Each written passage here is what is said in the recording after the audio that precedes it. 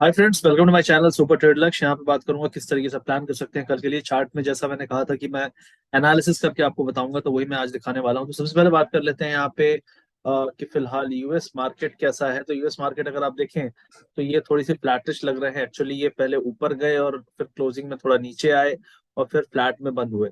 तो overall high पे बंद नहीं हुए हैं, हाई से इनमें रिजेक्शन मिला है।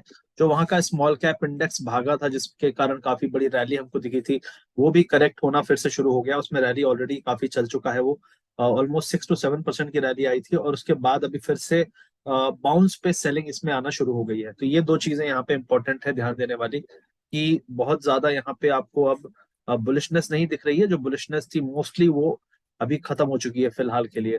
तो ये हो गया आपका ओवरऑल ग्लोबल मार्केट का।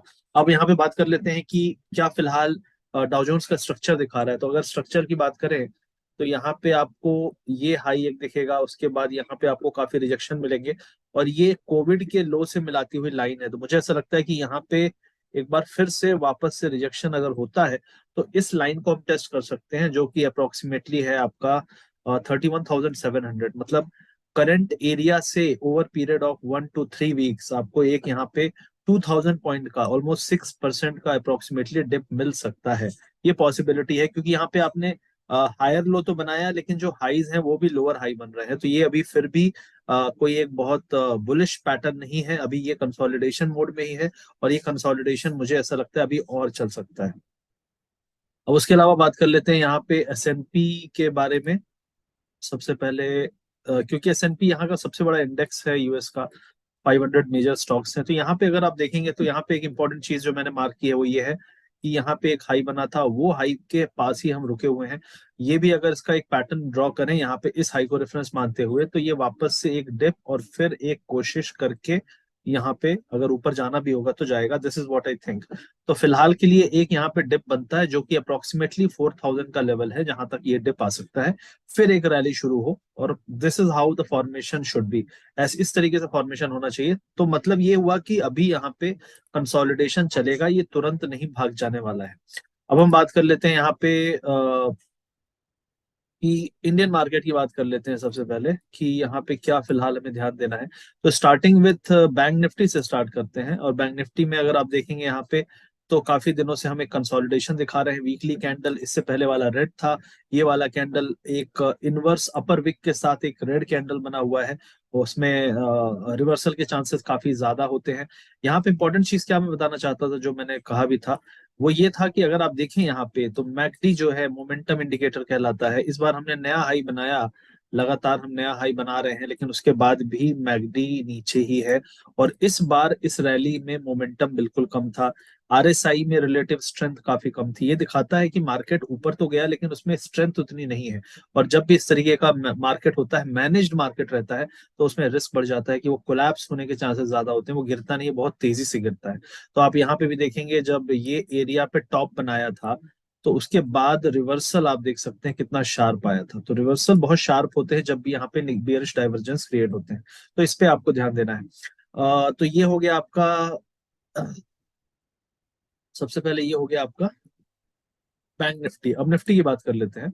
हाय दोस्तों, इससे पहले कि हम वीडियो में आगे बढ़े, यहाँ पे बात करना चाहता हूँ आपसे गारंटीड रिटर्न्स के बारे में। आपके पास कोई ऐसा इन्वेस्टमेंट प्लान है जो आपको गारंटीड रिटर्न्स दे सकता है और उस पे भी रिटर्न्स जो मिले उनमें टैक्स नहीं लगना चाहिए? आई डोंट थिंक आपने ऐसा कुछ सुना होगा रिसेंटली में। तो मैं आपको बताना चाहता हूँ कि यहाँ पे आपको गारंटीड रिटर्न प्लान मिल सकते हैं। वो पॉलिसी बाजार, जैसे कि आपको पता है कि इंडिया का नंबर 1 सॉल्यूशन प्रोवाइड करता है इन्वेस्टमेंट, इंश्योरेंस और बहुत सारी चीजों में। तो यहाँ पे मिलते हैं आपको गारंटीड रिटर्न्स प्लान, जहाँ पे 7.5% तक के रिटर्न्स आपको मिलते हैं एश्योर्ड। गारंटीड रिटर्न प्लान में एक सबसे इंपॉर्टेंट चीज ये होती है कि जो भी आपको मैच्योरिटी अमाउंट में जो पूरा पैसा मिलने वाला होता है उस पर टैक्स नहीं लगता है, जो कि अदरवाइज आपको नॉर्मल जो प्लान्स होते हैं, ट्रेडिशनल प्लान्स, उसमें लगता है।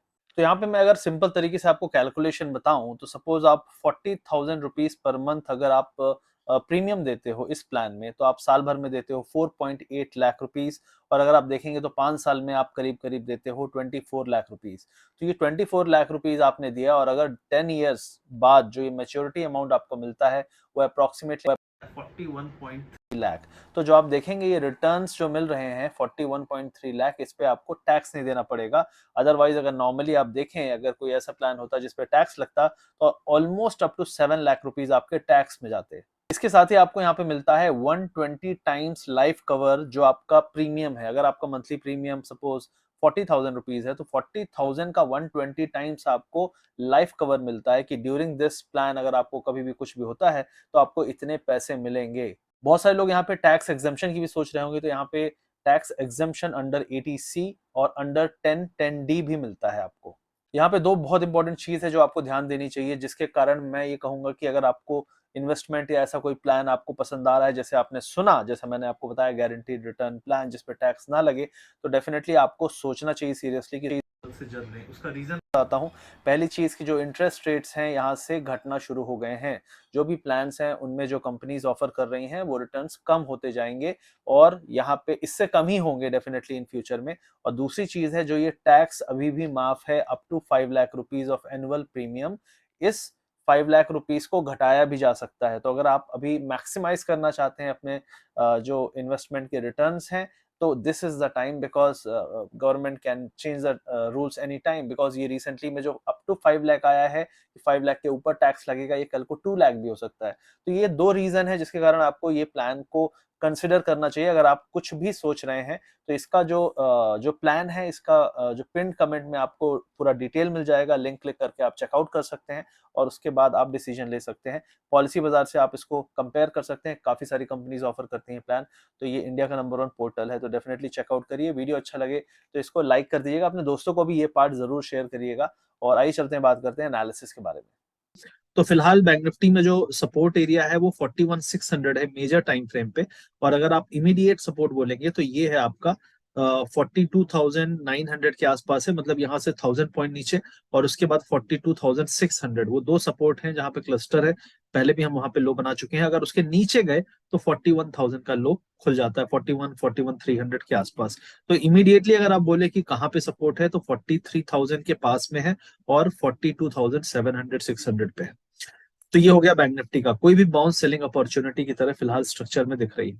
अगर हम निफ्टी की बात करें यहाँ पे, तो निफ्टी एक, आप देख सकते हैं यहाँ पे एक अपर लाइन अगर आप खींचेंगे यहाँ पे, तो उसके एकदम रेजिस्टेंस से हम पलट रहे हैं। जस्ट हम पलटना शुरू किए हैं। हमारा हाई था 750 के आसपास, अभी हम चल रहे हैं 560 पे। 200 पॉइंट 200 पॉइंट ऑलरेडी उसके नीचे है।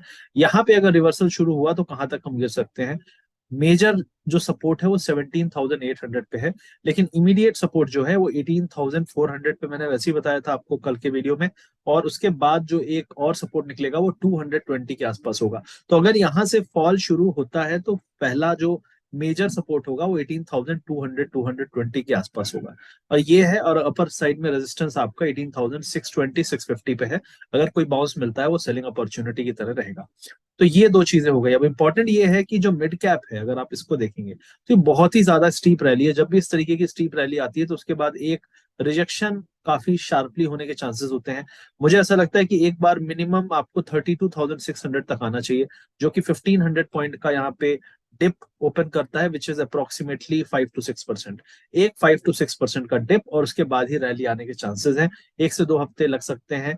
उसका रीजन ये है कि आप उठने में धीरे उठते हो लेकिन गिरते हो, तो आप देख सकते हो जब भी गिरता है तो बहुत शार्प। यहाँ पे 32,600 से आपको 3 हफ्ते में 30,200 लगे, मतलब ये 2,600 पॉइंट है, अप्रोक्सीमेटली 8 to 9%। तो आप दो हफ्ते छोटे छोटे कैंडल बनाए, लेकिन मुड़ने के बाद जब आप गिरना शुरू होते हो तो जो आखिरी एक मेजर कैंडल बनता है वो बहुत बड़ा बनता है। तो इसी तरीके से अगर यहाँ पे आप देख सकते हैं डोजी इंडिसाइसिवनेस आ चुकी है। यहाँ पे अगर पलटना शुरू हुआ तो आपको शार्प मूव मिलेगा, ना कि छोटा। और यहाँ पे अगर आप आरएसआई देखें तो 70 पे चल रहा है वीकली टाइम फ्रेम पे। जब भी हम इस 60 70 एरिया पे आते हैं तो उसके बाद एक करेक्शन नॉर्मली मिलता है, ओवरबॉट जोन कहलाता है ये।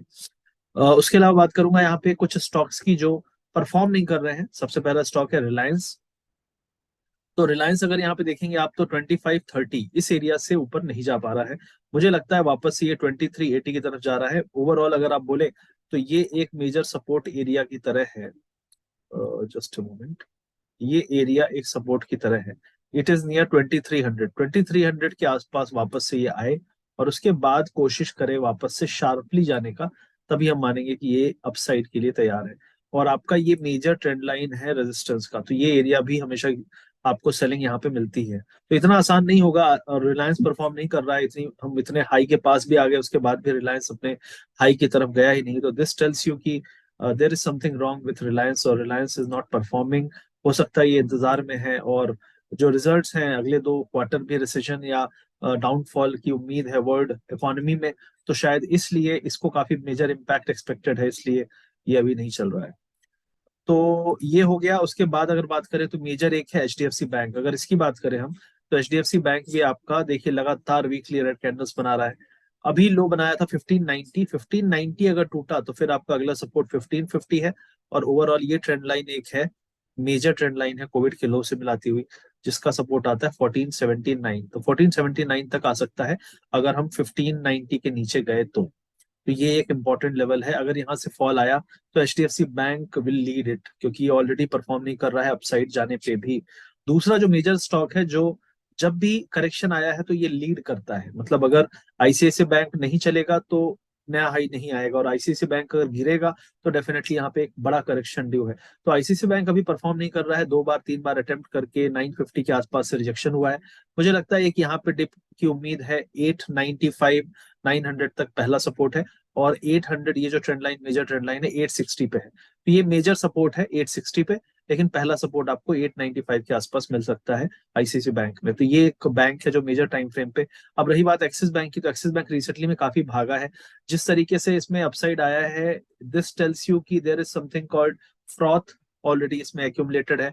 लोग पीछे पीछे भाग रहे हैं इस स्टॉक के। लास्ट वीक में ही आप देख सकते हैं बड़ा कैंडल बना है, और इससे पहले भी इस तरीके के बड़े कैंडल बने हैं, लेकिन उसके बाद अगले हफ्ते से ही रिवर्सल शुरू हो गया है। तो एक्सिस बैंक में नहीं कह रहा कि बहुत शार्प फॉल आएगा, लेकिन जो ये अपसाइड है ये हॉल्ट होके वापस से यहाँ पे थोड़ा समय बिताएगा। 880 से लेके 880 से लेके 950 के बीच में इसको समय बिताना पड़ेगा, तब जाके एक अपसाइड, एक रिलायबल अपसाइड आएगा।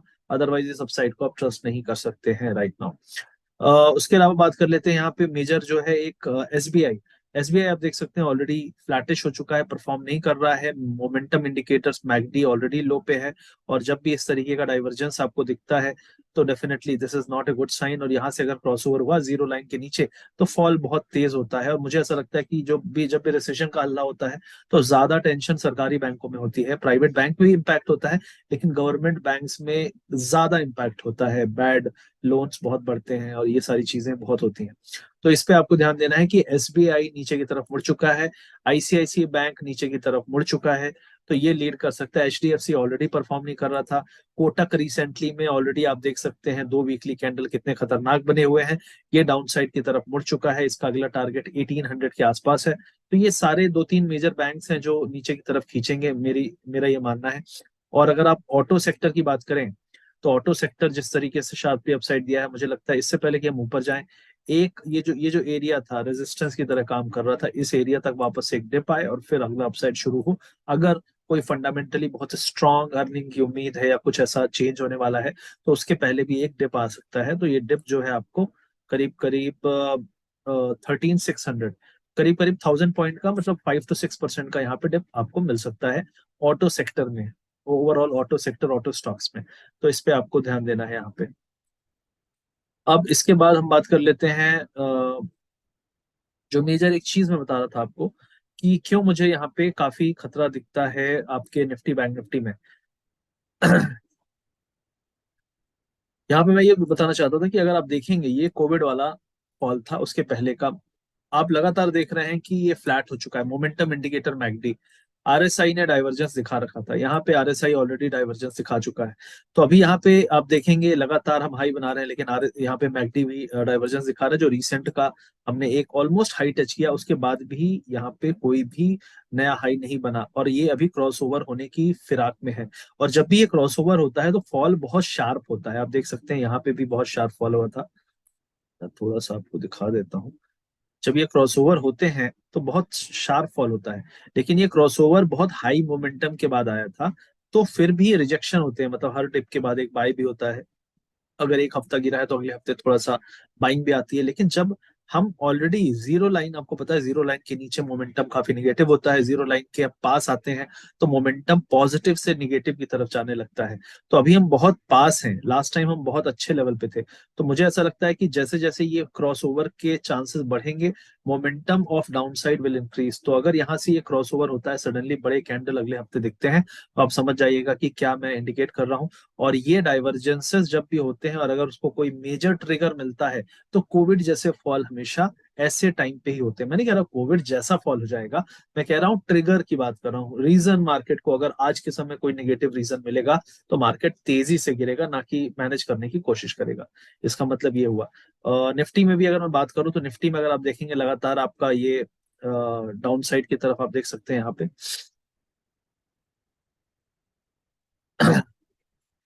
तो अगर आप यहाँ पे देखें तो लगातार आप देख सकते हैं आरएसआई में, देखिए डाइवर्जेंस किस तरीके से है। और ये जब भी होता है, ठीक है, ये जब भी होता है तो आप देखिए कैसा फॉल होता है। तो यहाँ पे भी आप देख सकते हैं ये एक ब्रेकआउट फॉल्स दिया था, लेकिन ये लगातार इस वापस से ट्रेंड लाइन के नीचे जैसे ही आया तो बहुत शार्प फॉल आया था ये वाला, ठीक है। उसके बाद आप देख सकते हैं यहाँ पे हमने आरएसआई में नया हाई बनाया, इसके बाद बुलिशनेस काफी मेंटेन रही, क्योंकि यहाँ पे सब कुछ ठीक था। लेकिन उसके बाद आप देखिए वापस से यहाँ पे डाइवर्जेंस आ गया है बियरिश। जो मोमेंटम इंडिकेटर है वो दिखा रहे हैं कि हम हाई पे तो हैं, लेकिन मोमेंटम इतना हाई पे नहीं है, and that is very very bearish sign. और यहाँ पे अगर ये क्रॉस ओवर होता है तो it will be very very negative, क्योंकि हम एकदम जीरो लाइन के बगल में हैं। और जब आप देखिए जीरो लाइन के हम पास में थे तो किस तरीके के कैंडल बनते थे, जो लास्ट टाइम आपके अदानी इशू के टाइम पे बने थे। तो ये सारी चीजें इंडिकेट कर रही हैं कि यहाँ पे समस्या जो है वो कभी भी बढ़ सकती है। So things are not as good as it is shown. जैसे आप देख सकते हैं कि इंडसइंड बैंक, एक्सिस बैंक अपने बैंक निफ्टी को उठा रहे हैं, लेकिन जो मेजर बैंक जिनको उठाना चाहिए वो नहीं उठा पा रहे हैं। एचडीएफसी बैंक नहीं चल रहा, एसबीआई ने अपना ऑल टाइम हाई नहीं बनाया, आपका ICICI bank all time high बनाया, लेकिन जस्ट अगल बगल ही रहा। तो ये दिखाता है कि मोमेंटम जो है वो लीडरशिप में नहीं है, और लीडरशिप के बिना आप नया हाई नहीं बना सकते, मोमेंटम या स्ट्रेंथ नहीं दिखा सकते। आईटी स्टॉक्स ऑलरेडी नहीं चल रहे हैं, तो उस पर तो अब कोई बात करने लायक नहीं है। फिलहाल आईटी स्टॉक्स मेरे हिसाब से थोड़ा टाइम और लगाने वाले हैं। अगर आप इन्फोसिस की ही बात करें तो देखिए स्ट्रक्चर कितना कमजोर है, मतलब ये एक इंपॉर्टेंट एरिया था जहां पे इसको रुकना चाहिए था, ऑलमोस्ट 1400 के ऊपर आना चाहिए था, लेकिन ये वापस से गैप फिल करके वापस से नीचे की तरफ जा रहा है, which is not a good sign. अगर ये गिरता जाता है तो इसका जो सपोर्ट है 1160 के आसपास तक है, तो ये 1160 तक भी जा सकता है। तो that is what I think. तो आईटी स्टॉक्स में अभी प्रॉब्लम बनी रहने वाली है। थोड़ा बहुत गिरेंगे, बहुत ज्यादा नहीं गिरेंगे, लेकिन ये जल्दी नहीं उठेंगे। तो यहाँ पे एक्यूमुलेशन करने का बहुत समय मिलेगा, जब तक ये रिसेशन का खतरा और जो भी एआई अभी जो आ रहा है उसके कारण क्या चैलेंजेस आईटी को बनेंगे। अगर भाई एआई इतना पावरफुल हो जाएगा तो एम्प्लॉयज की जरूरत कितनी पड़ेगी, कितने, क्या 4 लोगों का काम 2 लोग कर पाएंगे या एक आदमी कर पाएगा। तो ये बहुत सारी चीजें हैं, और हम लोग पूरे वर्ल्ड के बैक ऑफिस हैं, तो बैक ऑफिस की इतनी जरूरत पड़ेगी नहीं पड़ेगी। तो ये सारे चैलेंजेस आईटी के सामने आने वाले हैं, इसलिए आईटी पे ज्यादा खतरा है। और बहुत सारे लोग ये बोलेंगे कि यार बैंक तो ठीक है, बैंक चलेंगे, ऐसा कुछ नहीं है। अगर आप ये बताओ ना, रियल एस्टेट किस पे चलता है? जो जो फॉर्मल रियल एस्टेट सेक्टर है वो नौकरी वालों पे चलता है। नौकरी में इंडिया में आईटी एक बहुत बड़ा कंट्रीब्यूटर है, बहुत अच्छी सैलरीज हैं। वो लोग रियल एस्टेट, बैंगलोर की बात करो, मुंबई की बात करो, दिल्ली में बात करूं, जहां पे मेजर ऑर्गेनाइज रियल एस्टेट है, उसमें यही लोग सबसे बड़े कंट्रीब्यूटर हैं, जो एक एक लेवल बनाए रहते हैं कि हाँ चलो बिजनेस इतना तो आ ही जाता है इन लोगों से, क्योंकि इन लोग को तुरंत से जॉब लगी, ईएमआई दे सकते हैं, घर ले लेते हैं। तो ये सारी चीजें जो है इम्पैक्ट होंगी अगर रिसेशन आता है। तो definitely everything is connected, you can not से ये कनेक्टेड नहीं, वो तो आपको मिलेगा, ऐसे लॉजिक बताने वाले प्रिंट मीडिया में मिलेंगे, लेकिन वो लॉजिक आपको पता है कैसा काम आता है। तो फिलहाल जो मैंने बताया, तो यहाँ पे डाइवर्जेंसेस हैं बियरिश, मेजर टाइम फ्रेम पे, वीकली टाइम फ्रेम पे, तो ये प्रॉब्लम क्रिएट कर सकते हैं Nifty, bank Nifty. Mid cap index already काफी चल चुका है, आईटी ऑलरेडी कमजोर है, ऑटो ऑलरेडी काफी चल चुका है। तो कुछ चलने वाला बचा नहीं है, और जो चल चुके हैं वो ऑलरेडी इतने ओवरबॉट जोन में है कि वहां से करेक्शन किसी भी समय शुरू हो सकता है। डाइवर्जेंसेस जैसे मैंने बताया है, तो इसके लिए तैयार रहना चाहिए। और अगर बाय करना है तो थोड़ा रुक जाना चाहिए एक आध महीने, और एक आध महीने में कुछ अगर डिप मिल जाता है तब आप स्टार्ट कर सकते हो। लेकिन हाई पे खरीदना कभी समझदारी नहीं होती है किसी के लिए। तो ये मेरा व्यू है। आई होप वीडियो अच्छा लगा होगा। वीडियो अच्छा लगा तो इसको लाइक करिए, शेयर करिए, सब्सक्राइब करिए। पिन कमेंट और डिस्क्रिप्शन को जरूर चेक कर लीजिएगा। और गारंटीड रिटर्न प्लान के बारे में भी ज्यादा जानकारी लेनी हो तो पिन कमेंट में मैंने लिंक दे दिया है, आप चेकआउट कर लीजिए। मिलते हैं बहुत जल्दी। Thank you very much.